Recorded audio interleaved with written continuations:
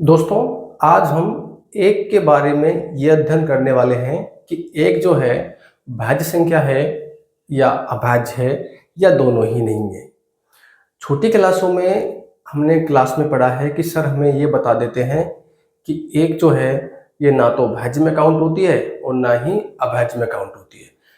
बाकी हमें ज़्यादा विस्तार से नहीं बताया जाता है। तो आज हम उसके बारे में ही पढ़ेंगे कि एक अभाज्य संख्या क्यों नहीं है, भाज्य भी क्यों नहीं है। ठीक है, तो इसके बारे में डिटेल से पढ़ते हैं। अभाज्य संख्या के बारे में हम पढ़ें, प्राइम नंबर के बारे में हम पढ़ें तो इसकी डेफिनेशन क्या होती है। तो हम कह सकते हैं कि अभाज्य संख्या एक ऐसी संख्या होती है जिसके केवल और केवल दो गुणनखंड होते हो। केवल और केवल का मतलब होता है ना तो मतलब केवल और केवल दो गुणनखंड। अभाज्य संख्या के बारे में पढ़ेंगे हम, केवल और केवल। मैं आपको डेफिनेशन बता रहा हूं अभाज्य संख्या की।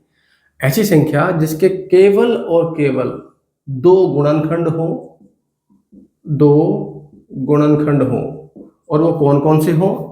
एक तो एक हो और दूसरा स्वयं वही संख्या, स्वयं में वही संख्या। ये इसकी डेफिनेशन होती है अभाज्य संख्या की। रिपीट कर देता हूं, ऐसी संख्या जिसके केवल और केवल दो गुणनखंड हो। केवल और केवल से मतलब ये होता है कि ना तो दो से कम ना दो से ज्यादा, दो ही होने चाहिए। ठीक है, समझ में आया इसका मतलब। केवल और केवल का मतलब, केवल और केवल का मतलब जो होता है, जो शर्त हमको दे रखी है, ये शर्त दे रखी है कि दो गुणनखंड हो। अब केवल और केवल से मतलब ना तो दो से कम होने चाहिए ना दो से ज्यादा होने चाहिए। और वो दो गुणनखंड कौन कौन से हैं? एक तो एक होना चाहिए और स्वयं वही संख्या। ठीक है, अब जो गुणनखंड होता है उसका दी हुई संख्या में भाग जाता है। जैसे मैं कहूं, जैसे मान लो 6। अब 6 के गुणनखंड कौन कौन है? 1 है, 2 है, 3 है, 6 है। इन सारी संख्याओं को 6 में भाग जाता है। तो इसी प्रकार जो संख्या होगी जिसके गुणनखंड दो होंगे, एक और स्वयं वही संख्या, तो एक का और स्वयं उसी संख्या का उसमें भाग जाएगा। तो हम ये भी बोल सकते हैं इसकी परिभाषा के रूप में कि ऐसी संख्या जिसमें केवल एक का और उसी संख्या का भाग जाता हो वो कहलाती है अभाज्य संख्या। जैसे हम देखते हैं, मैंने यहाँ पे लिख दिया, मान लो 2 लिख दिया। अब 2 के दो गुणनखंड हैं, एक तो 1 है और 2 है। इनके अलावा इसका और गुणनखंड नहीं है। ठीक है, तो परिभाषा भी मैंने बोली, देखो, एक और स्वयं वही संख्या।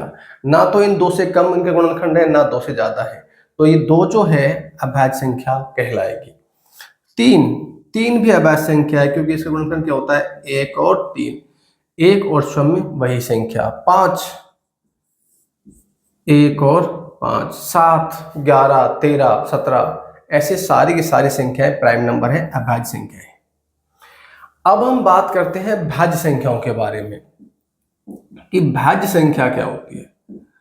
तो भाज्य संख्या दोस्तों वो होती है जिसके दो से अधिक गुणनखंड हो, दो से अधिक, जिनके दो से अधिक गुणनखंड हो वो कहलाती है भाज्य संख्या। जैसे 4, तो 4 के गुणनखंड कौन कौन होता है? 1 होता है, 2 होता है, 4 होता है।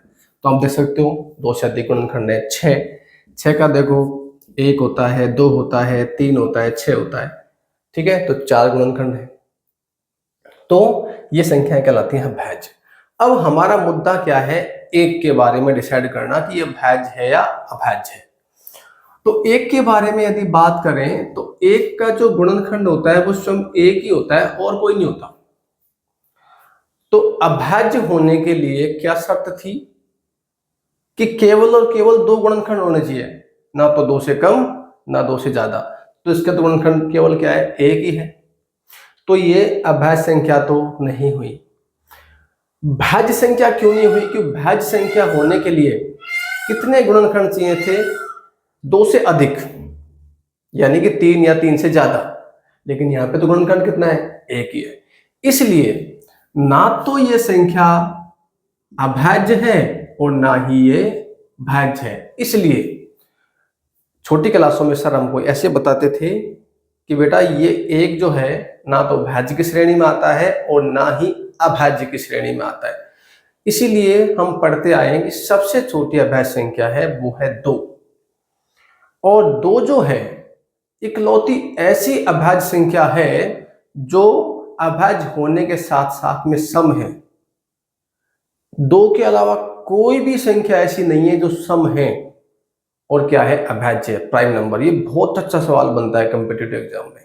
तो दोस्तों ये इन्फॉर्मेशन यदि आपको अच्छी लगी हो तो प्लीज वीडियो को लाइक कीजिएगा, अपने दोस्तों के साथ में शेयर कीजिएगा, और चैनल पे नए आए हो तो प्लीज चैनल को सब्सक्राइब कीजिएगा। और वो लोग भी जो वीडियो को देखते हैं लेकिन सब्सक्राइब नहीं करते, वो जरूर, आप रिक्वेस्ट है आपसे कि वीडियो को चैनल को सब्सक्राइब कीजिएगा और बेल आइकन को जरूर से जरूर दबाइएगा। आपके इतने सहयोग से, लाइक आदि करने से, शेयर आदि करने से हमको मोटिवेशन मिलती है। मैं आपको अच्छे अच्छे कंसेप्ट आपके इसी प्रकार से आपके सामने लेके आता रहूँगा। मिलते हैं दोस्तों किसी नेक्स्ट वीडियो पार्ट में, तब तक के लिए जय हिंद, जय भारत, नमस्कार।